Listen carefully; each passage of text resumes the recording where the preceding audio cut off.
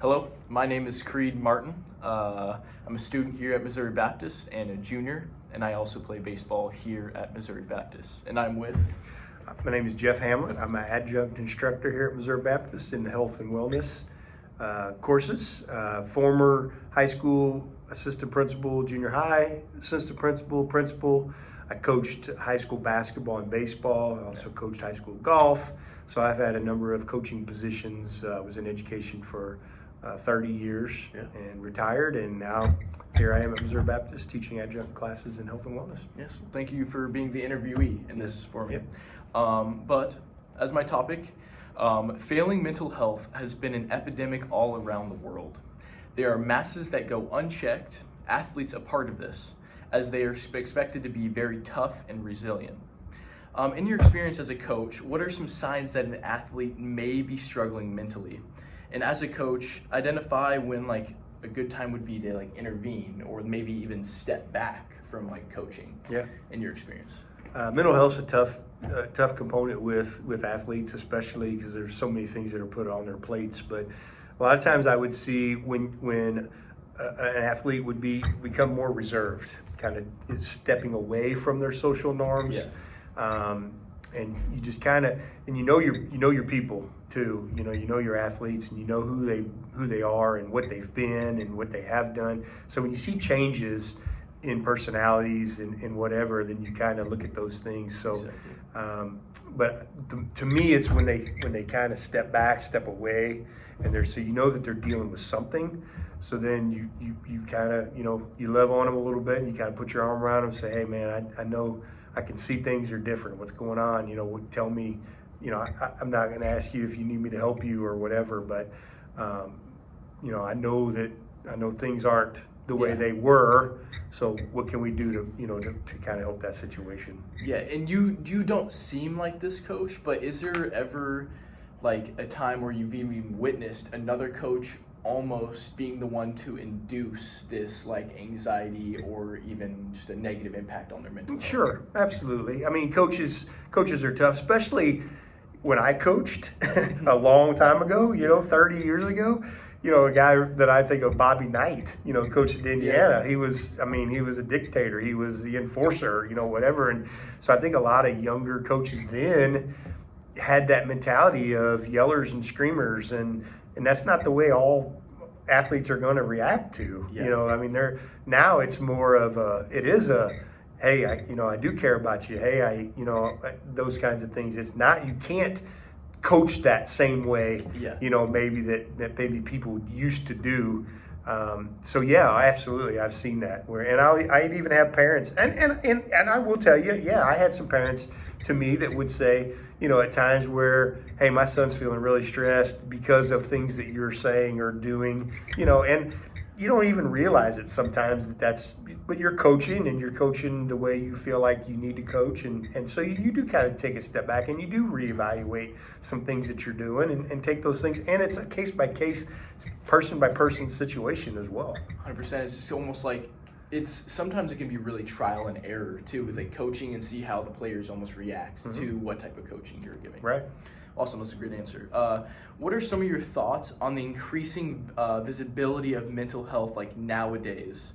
Why do you think it has been on the incline recently? Well, there's a lot of things. Everything is about awareness. There's so much awareness out there because of internet, because of TV, because of whatever. Awareness is so massive in whatever it is and whatever topic we're talking about. And I think mental health and mental awareness is just something that's on that front burner with just society in general. Suicides and those kinds of things have unfortunately increased. School shootings. That's all part of mental health and mental awareness and social awareness and those kinds of things.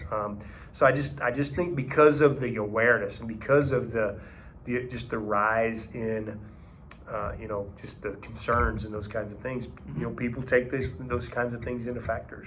Very, very. Just kind of piggybacking off of that, do you think there could be and is a negative view on athletes that are coming out about their mental health?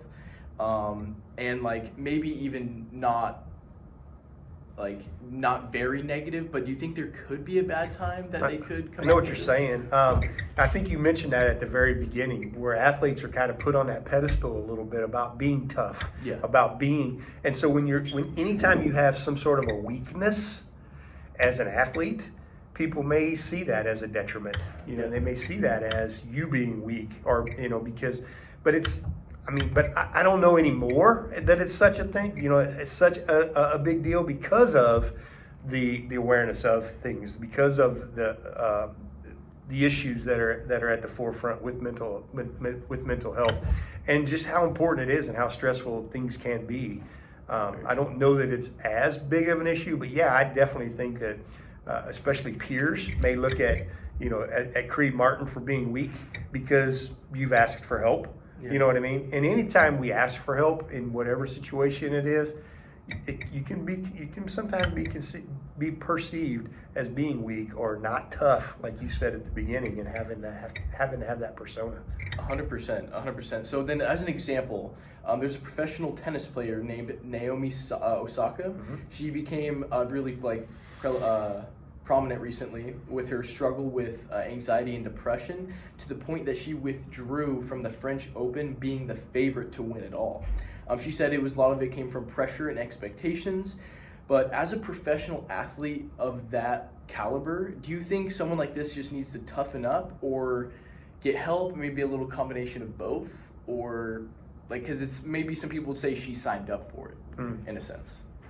Yeah, I don't think that it's a situation where you have to toughen up necessarily, but I do think that some of it does come with the territory. 100%. Now I'm not saying that it's okay. I think anytime somebody's going through any of those kinds of struggles, whatever it is, whether it's alcohol abuse, whether it's drug abuse, whether it's mental health, situations, whatever it is, and you're not feeling yourself, you're not feeling 100%, then obviously you need to get help, so for Naomi Osaka to do that, I think she got a lot of actually kudos because for asking for help and recognizing and realizing those kinds of things, because you'll hear about situations like that where people take their lives because they can't handle what's going on. They can't handle those situations. So you would much rather No doubt. somebody ask for help, whether it's a professional athlete, whether it's a high school athlete, whether it's a junior high athlete, whatever it is. Mm-hmm. So